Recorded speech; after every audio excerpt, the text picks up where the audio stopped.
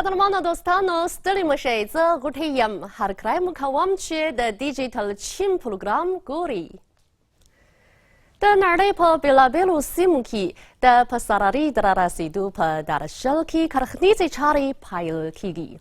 Nare wal de doazra doavishtam kal pairara hisi de galudanu le kamacht.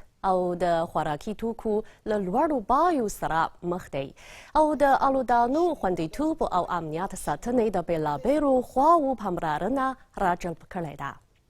د الودانو امنیت د بشر په دایمي پرمختګ او ښې راتلونکي پورې نږدې اړه لري او هم د بشر د ګډ برخلیک ټولنې بنسټ جوړوي. نو زه به په نننۍ پروګرام کې تاسو ته په چین کې د الودانو د تولیدي حالاتو او د نړیوالو همکاریو په اړه لږ څه معلومات درکړم.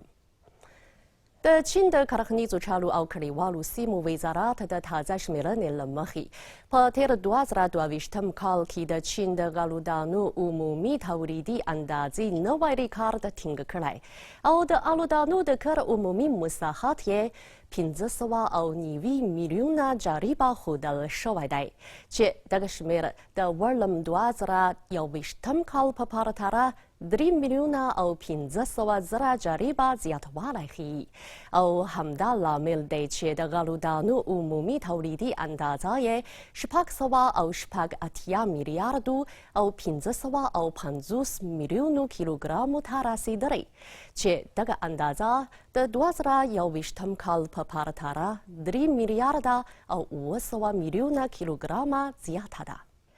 په تېرو مثلثلو اتو کلونو کې د چین د الودانو کلنۍ تولیدي اندازه له 650 میلیاردو کیلوګرامو څخه اوښتې ده. په چین کې اوس د هر کس په سر د الودانو منځنۍ اندازه 483 کیلوګرامو ته رسیږي چې دا د الودانو د خوندیتوب او امنیت ساتنې له هغې نړیوالې سویې څخه لوړه ده چې اندازه یې د هر کس په سر 400 کیلوګرامه ښودل شوې ده. د ګراس چین د 2022 کال له پیله راهیسې له پرمختیایي هیوادونو سره د دوی اړتیاوو ته په کتو څه باندې 10 زره ټنه د خوراکي توکو مرستې کړي دي. چین له کابو 140 هیوادونو او سیمو سره کرنیزې همکارۍ ټینګې کړي او په ځینو پرمختیایي هیوادونو کې یې د کرکیلي په برخه کې د ټکنالوژي د برابرولو کابو زر پروژې پیل کړي چې په مارچ یې د دغو پروژو په چوکاټ کې د کرنیزو تولیداتو د زیاتوالي منځنی اندول له 10 سلنې څخه تر 80 سلنې پورې ښودل شوی دی او څه باندې 1 میلیون او 500 زره کورنیو ترې ګټې پورته کړي دي. چین په داسې حال کې چې نړیوال د الودانو د امنیت ساتلو په برخه کې له ډېرو ننګونو سره مخ دي.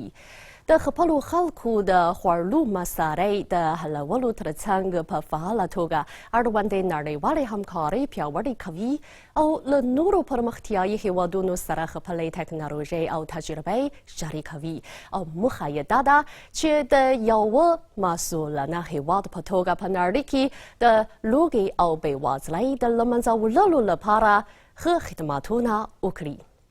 قدرمنو دوستانو، د دیجیټل چین نننی پروګرام په همدې ځای پای ته ورسید. ستاسو له پاملرنې مو مننه کوم. خدای پامان.